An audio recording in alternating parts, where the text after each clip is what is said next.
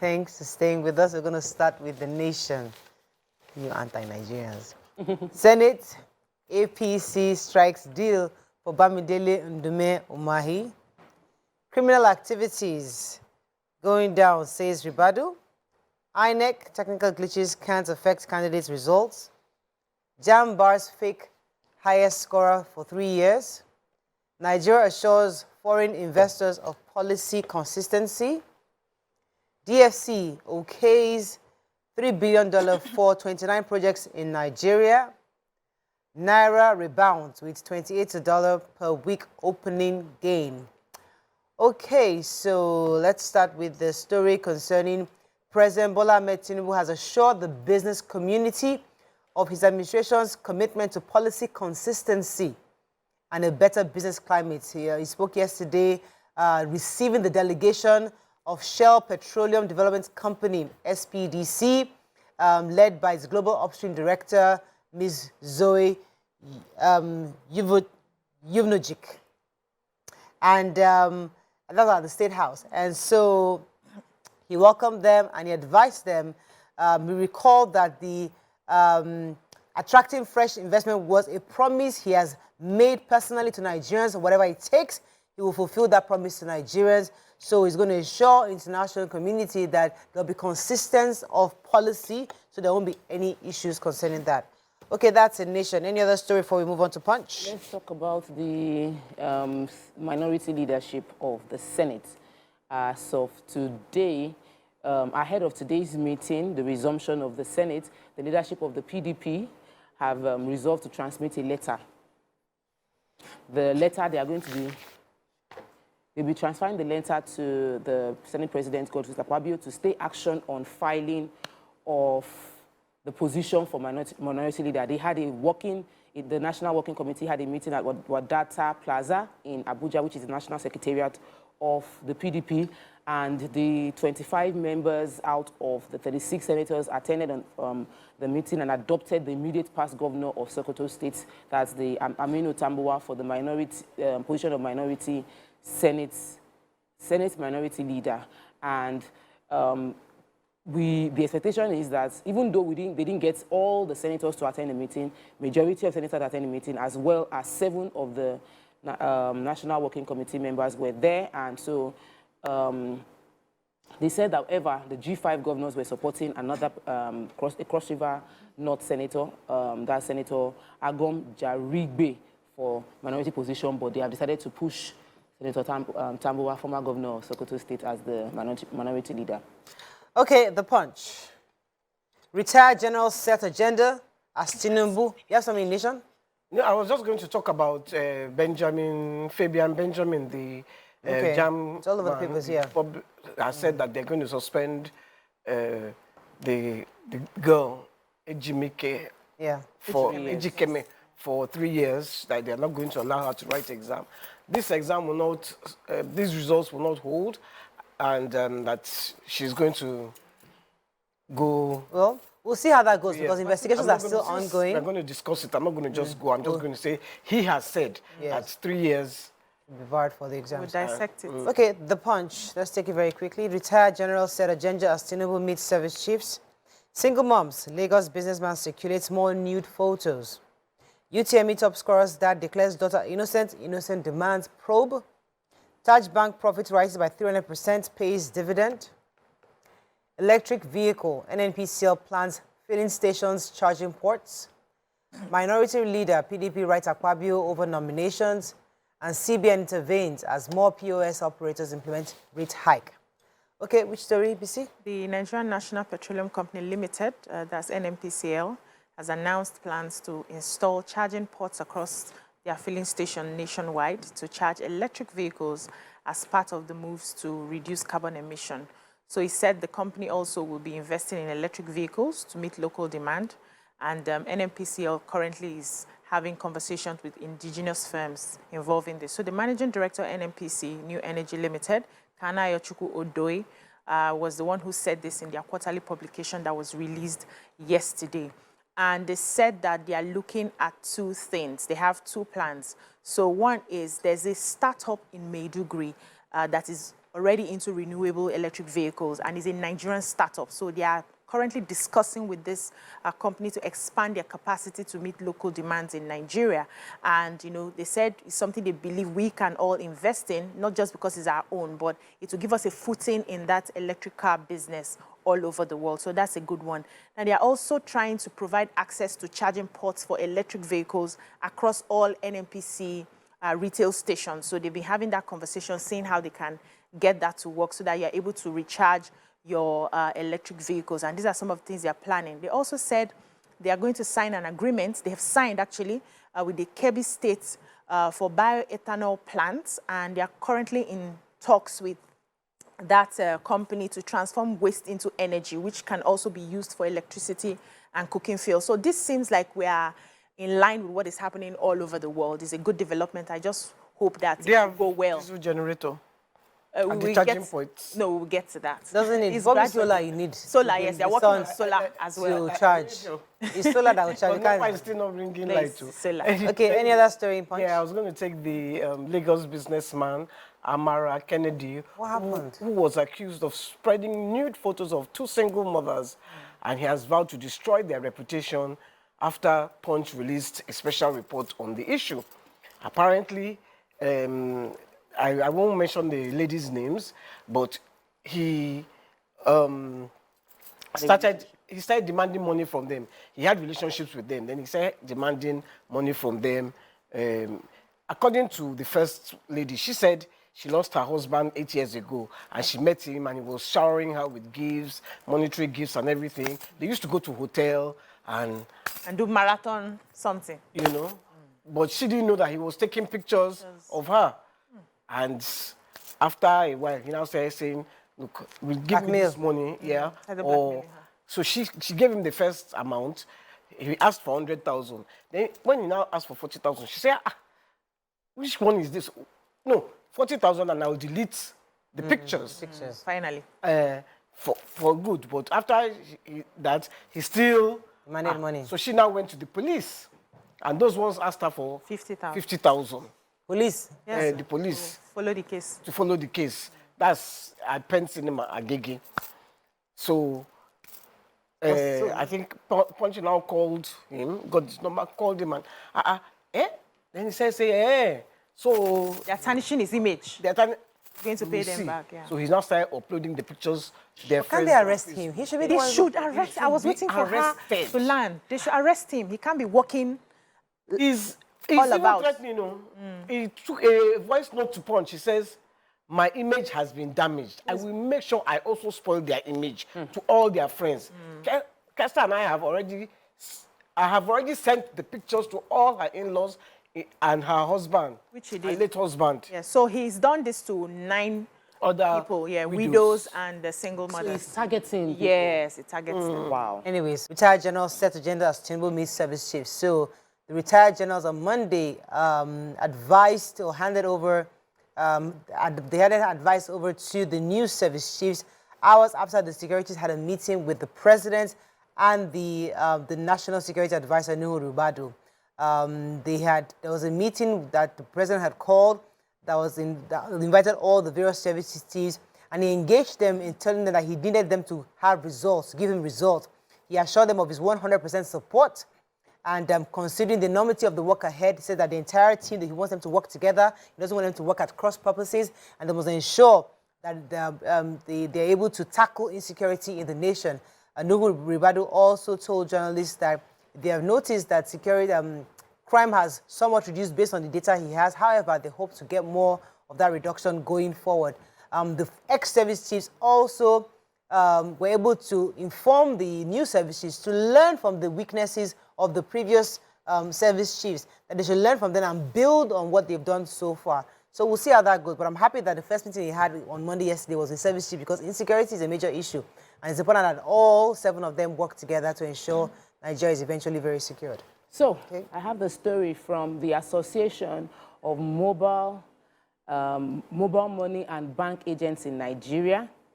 The PRO for this association, Amban, his name is Oluwasegun Elegbede, and he has said that there's a new rate for all POS agents in Nigeria. If you are withdrawing 1,000 to 2,400, you pay 100 naira. See the part that is shocking. If you are withdrawing between 18,000 to 20,000 naira, you would be paying 800 naira as POS charges. They have now created like a modulated charging cost per every 1,000 they are adding 100 naira. So if you want to withdraw between 8,500 to 11,000 naira, you'll be charged 500 naira. Yeah. And the man is justifying the increase within Lagos to say that everything has gone up in Nigeria. Why would they be the one that they will now go out of business? He said that they are operating in the same market. They have to pay staff. They have to increase prices if they want to remain in business. Let us take note of the fact that there are 1.8 million POS machines being deployed across Nigeria. Many Nigerians have resorted to using POS as a way of getting cash as opposed to going to the banks. And the transaction in March alone was at an all-time high of 1.15 trillion naira in 2023. So there's a lot of money being collected through POS machines. And Hamban, which is the Association of POS Machines, are saying that Lagos has implemented their own Ogun. Edo are following suit, and that every other state, they are reviewing the price policy. Okay. The good news is CBN is saying they will look into it to find out what can be done, but I think everybody will start going back to the banks. That's just probably going to be the solution, because you cannot be spending 800 naira to withdraw. Yeah. My bank charged me 1,000 naira. over the weekend 2,000 something for I don't know what to. They just Daily Sun. Tinubu talks tough on security challenges. No 1 week sit at home in Southeast, says IPOB. Presidential poll. President INEC kick as court admits EU report on Atiku's petition. Igbo leaders set agenda for Southeast governors. Tinubu promises business community policy sustainability. Lawa Matawale crisis. Tinubu tasks Yerema to intervene. Senate reps resume today to elect principal officers. PDP court voids Nnamani's expulsion. Okay, let me start with the Igbo leaders of thought. So the Igbo leaders, they have come together and said that they told the governors in the zone that they must involve young people in the zone, and the young people they demand sacrifice leadership. According to their spokesperson, let me get it, the Director Secretary of ILT, Evangelist Elliot Ugochukwu Ugo, he was saying that the governors must be creative to address the pressing issues of the zone. He said Southeast leaders need to sit up and redirect our tomorrow by correcting the mistakes of yesteryears. The key is to work together as a team. In this regard, Uzodinma and Soludo must now show leadership by bringing the new guys in Abia, Enugu, and Ebonyi on board a stronger Southeast Governors Forum, not the kind where Okorocha and Obiano serially avoided meetings. So they were pretty much saying that all the Southeast leaders and governors must come together and work as a team and ensure that they provide leadership and for how to ensure that the Southeast comes out of where it is right now and becomes a better region, a more prosperous region for the country going forward. Okay? Yeah. So, did you check the IPOB story? yes, go ahead. No. Okay, so the indigenous people of Biafra have dismissed a week-long sit-at-home directive that was given recently, and saying that is the enemies of Igbo people who are plotting this to fuel insecurity in the Southeast. So the spokesperson of the group, Ima Powerful, denied the order in his statement, and he said he can never be working for an IPOB leader, Nnamdi Kanu. This can never be from IPOB, that they are a responsible movement and family, and their aim and objective is to give people peace and freedom, not to inflict more pain on Nigerians that already have pain, saying that this is not the time. They are harsh economic realities, and they cannot be taken away 1 week from facing their business to sit at home just because they want to fight for Nnamdi Kanu. This did not come from them. If they want to do anything like this, they would announce it to Biafrans, and it will not be more than 1 day. And so they are asking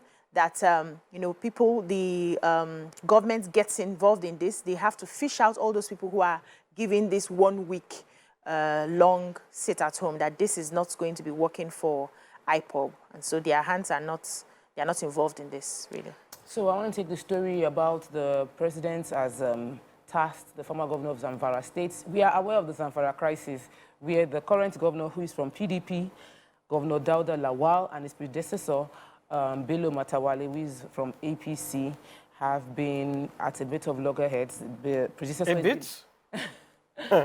has been accused of stealing official vehicles, stealing gas cooker, TV, furniture. Yes. So the current governor had the Zamfara State Police Command to collect all the cars from the former governor, but a judge on June 18, presided over by Justice Aminu Bapa Aliyu, has ordered the security agencies to release remove the cars, to return the cars, and they did return the cars. I'm happy that at least when the judge gave an instruction, it was complied with. So President Tinubu had a meeting with the former governor of Zamfara State, Sani Yerima, to intervene in the crisis between the both of them.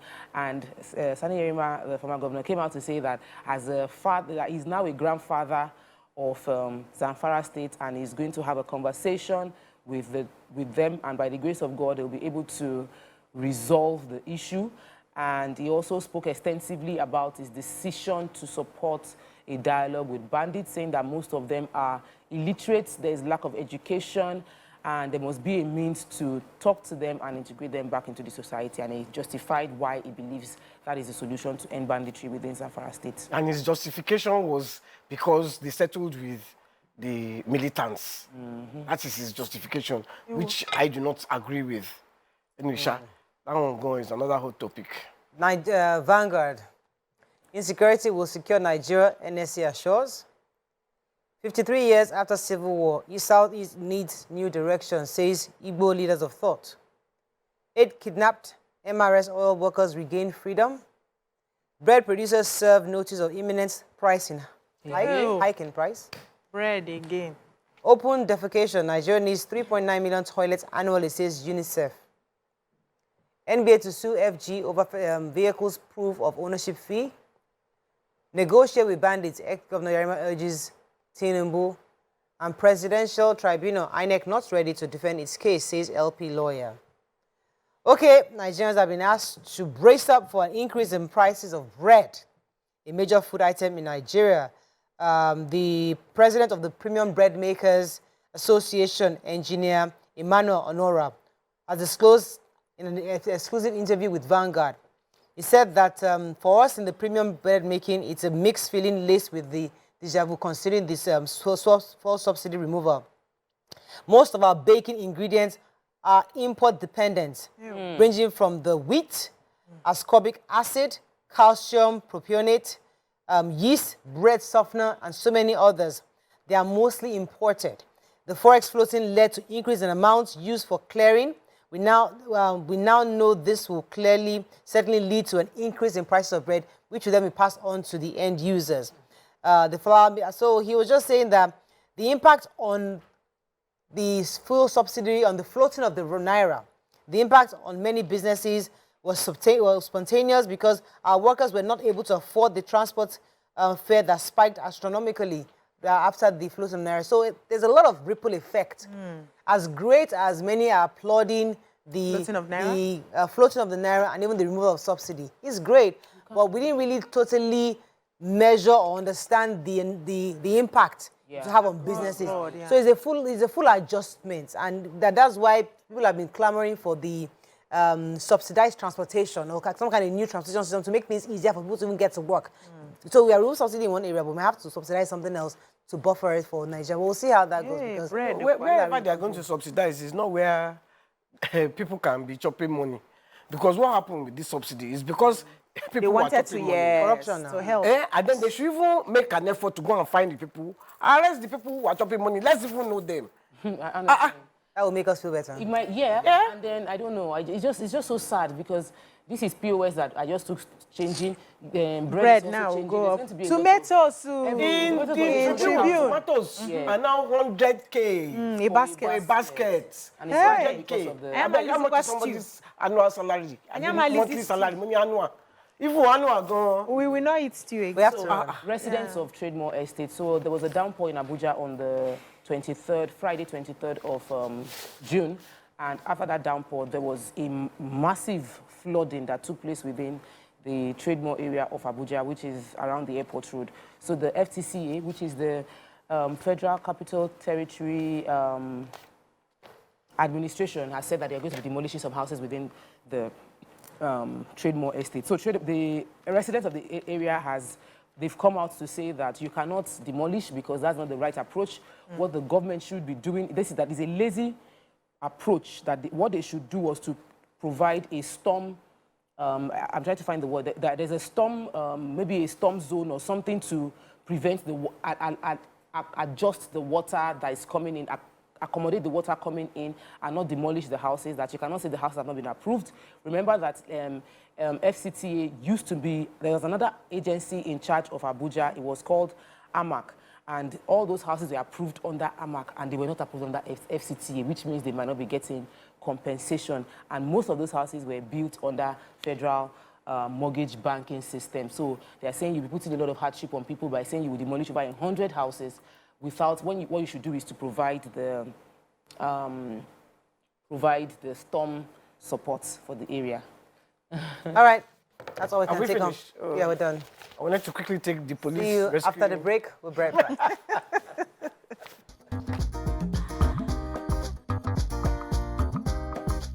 Stay tuned. Your View will be right back.